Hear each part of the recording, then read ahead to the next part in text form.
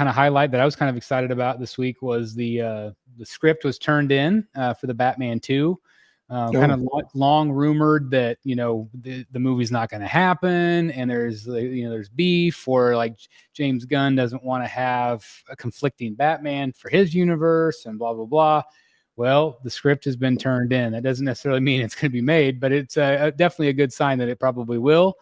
So I don't know. You guys excited about that? I can't wait.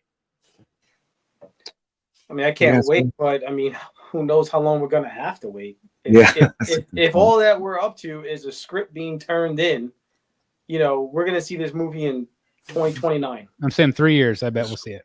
That's a long time. I know. And then we have to worry about scheduling. Isn't he supposed to be in the next Dune movie or something like that? He's probably filming Dune. Could be. I don't know. I've said who I want before, and I've been very vocal about the Court of Owls. I just think that the Court of Owls would be perfect for this particular universe. With old money and just the old power play over Gotham. Who would you guys like to see? It's been kind of rumored about Mr. Freeze and some other things, but is there anybody in particular that you would really like to see as the main villain? It's supposed to take place after Halloween, following the first one. So I mean, the winter scene kind of makes sense to bring in Freeze, at least. Yeah. Freeze or Scarecrow, I think good for me. I don't think they do Scarecrow because Nolan did that. But could have been done better, though. I think if they do Scarecrow the way they did him in the Gotham Nolan TV stuff show, was supposed to be based in reality. So for him to look like this monster wouldn't make sense. It wouldn't make sense for him to be a doctor and just put a mask on and have a toxin. And I actually thought that they did a pretty good job with that. They should do a Scarecrow solo movie the same way they're doing Clayface. I think I'm more excited for Clayface at this point because I feel like that'll come out quicker than this Batman. Yeah, me too. But I think it's a great way to introduce some of these side characters and to give them some weight to them by having a movie about them first and then integrating them into that universe. I kind of love that. Yeah. It's just so bad though how you're gonna have two Batmans and James Gunn is doing the way they just flip things over.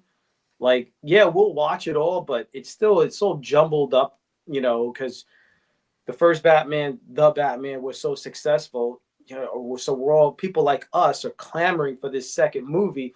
But clearly James Gunn wants his own Batman, do his own thing, start his universe, and so are we really gonna be interested in 2029 or whatever? I don't even know if I'll be on the planet. I mean, who knows? Well, the only good thing about Gunn is he seems to be quick. I heard they're already planning Superman 2. So right, he's quick with his stuff. Right, he's quick with his stuff, but it has nothing to do with the Batman stuff. I know. I'm saying at least we'll get multiple movies though within my time before I freaking die.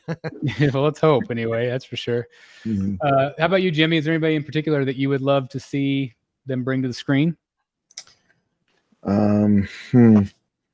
Like I was saying, I really want to see either Scarecrow or Freeze. I think that'd be awesome. But I think you have a good point. Court of Owls would be amazing. I think that'd be awesome. It's set up for it, so yeah. Yeah, I think that's a really good pick, actually. So I'd love to see that coming onto the big screen. But man, Chris, Billy's right. It's gonna take forever for this movie to come out. That's the problem. So, I mean, if you do Court of Owls, you could have the main villain be Talon. Yeah, that'd be awesome. You can have Talon. I think that they'll do at least. I think we'll still see Riddler as well. The rumor is that maybe we would see multiple villains. Maybe like Mr. Freeze kind of being the puppeteer or something of all the other villains. So I don't know. I could also see maybe doing a Tommy Elliott type storyline, potentially with Bruce when they were both little, and a Hush type of thing. I don't know. I think that there's a lot of grounded characters in reality that they could definitely introduce in this film. So I'm very excited. I was so excited when I saw this image because I'm like, yes, we're finally going to make it. Do you see them doing more Bat Family? Maybe like Barbara Gordon or heavy rumor right now is Robin. I don't want them to go there yet. I think that they probably could, but I would still like to see. I mean, that's the thing is he's still supposed to be year one Batman.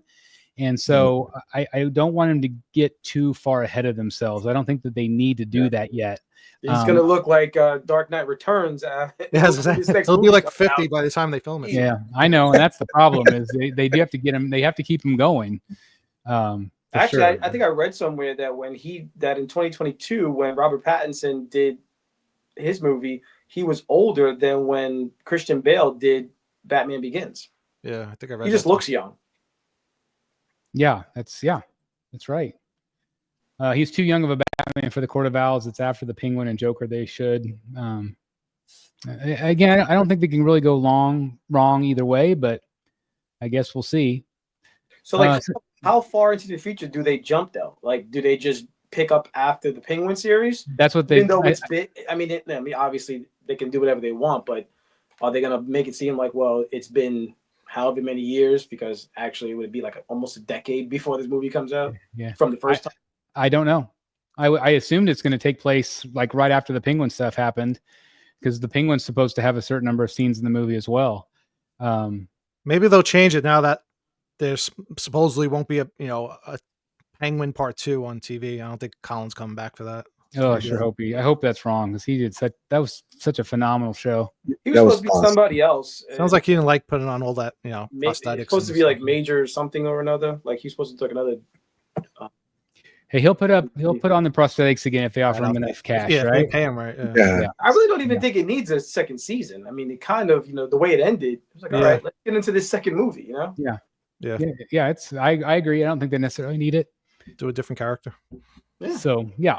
So that's that. Another what thing would be good, not just what would be good, would be a series following Zoe Kravitz, because remember at the end of the movie, she went her way.